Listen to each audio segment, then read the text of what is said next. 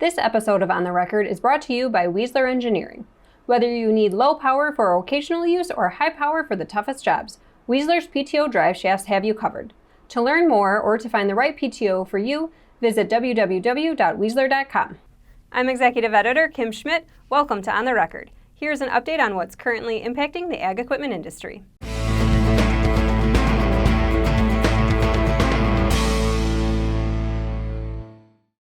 Right to repair has been making news from a legislative standpoint for years, and now two recent lawsuits filed against John Deere bring it to the legal realm as well.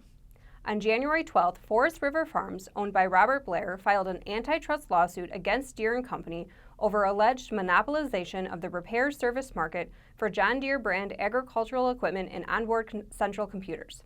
Just 7 days later, a similar lawsuit was filed in Alabama on behalf of Trinity Dale Wells.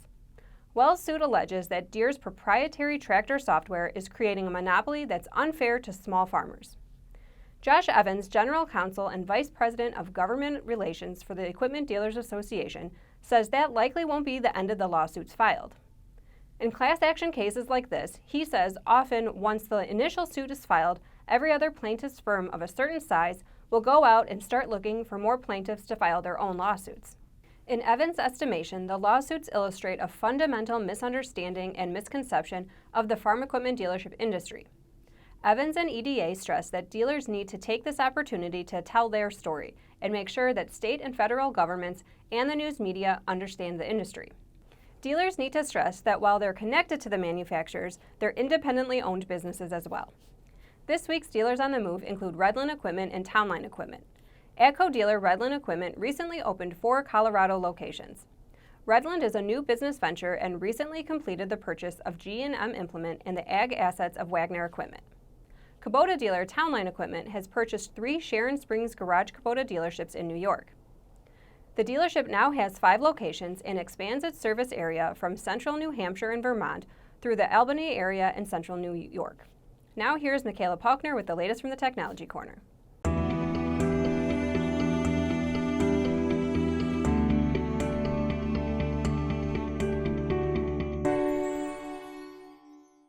Thanks, Kim. Precision Planting moved into the sprayer market with a series of new product announcements at its annual winter conference earlier this month. The company revealed a vision-based camera system that has multiple applications, including targeted spraying of weeds. It uses the Precision Planting 2020 monitor architecture, machine learning, and artificial intelligence to identify weeds and spot spray them. Those cameras can also be mounted above the sprayer tires to auto-steer the sprayer and keep it from running over crops. Precision Planting says the economic savings from the technology depend on the operator's skill set and the number of passes the grower does, but the vision system provides a significant reduction in operator fatigue and crop damage. The reveal comes about a month after John Deere said the company's See & Spray targeted spraying technology would be taken into a commercial application with select customers in 2022. At the Precision Planting conference, product manager Tristan Herman said See & Spray's focus seems to be on fallow ground spot spraying, while Precision Planting is introducing a product that can do targeted spot spraying among crops. Product as we're continuing to develop Symphony, the vision technology, we have in the forefront of our minds that growers really depend on that residual herbicide in their program, and that's not something that's going away. So we are laser focused on developing this product in a way that allows growers to continue that residual program alongside targeted contact herbicide spraying. Precision Planting also introduced the Symphony nozzle control system, which can be paired with the camera system. The nozzles allow the sprayer to maintain constant pressure when changing rates or speed, allowing for swath control and turn compensation. And finally, the company presented the Reclaim Boom Priming and Recirculation, a retrofit kit that works with electric or standard sprayer nozzles. It uses a single rocker switch to circulate chemicals in the booms back into the tank so farmers don't have to spray the chemicals onto the ground to prime the boom. The company says these products are in the early stages of development. It did not have a timeline for when they'd be commercially available. The alpha and beta versions of the sprayer technology will undergo testing this spring on corn, soybeans, cotton, and sugar beets. That's it from the Technology Corner. Back to you, Kim. Thanks, Michaela. According to the January Ag Tractor and Combine reports from the Association of Equipment Manufacturers, U.S. and Canadian sales of row crop tractors and combines in 2021 were the highest they've been in several years. Over 100 horsepower tractor sales in the U.S. totaled 23,762 units in 2021, up 24% from 19,144 units in 2020. This was the most units sold in the last 6 years, falling just short of the 23,930 units sold in 2015. This was also the fourth year in a row of high horsepower tractor sales growth in the U.S. In Canada, high horsepower tractor sales totaled 3,852 units in 2021, a 34% year-over-year increase. This was a reversal of the declines seen in 2019 and 2020 sales and was the most sales reported since 2018's 3,932 units sold.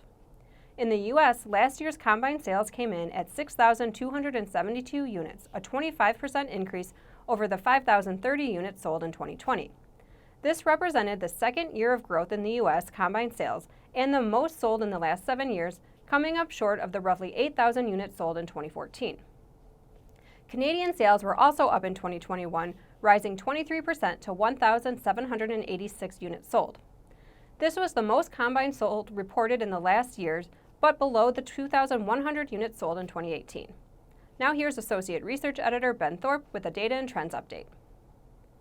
Thanks, Kim. A recent ag equipment dealer survey from investment bank Stifel found that almost 60% of dealers expect their new equipment inventory to return to normal levels by 2023.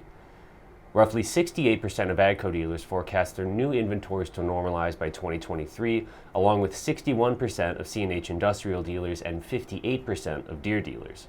Roughly 5% of Deere dealers consider their new inventories already normalized, while no other dealers did by brand.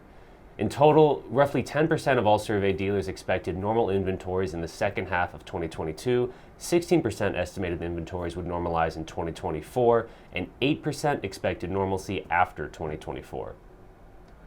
By type of dealership, 4% of small ag equipment dealers considered their new equipment inventories already normalized, while another 25% expected normalization in the second half of 2022. Roughly 52% of small ag equipment dealers expect their new equipment inventories to normalize in 2023.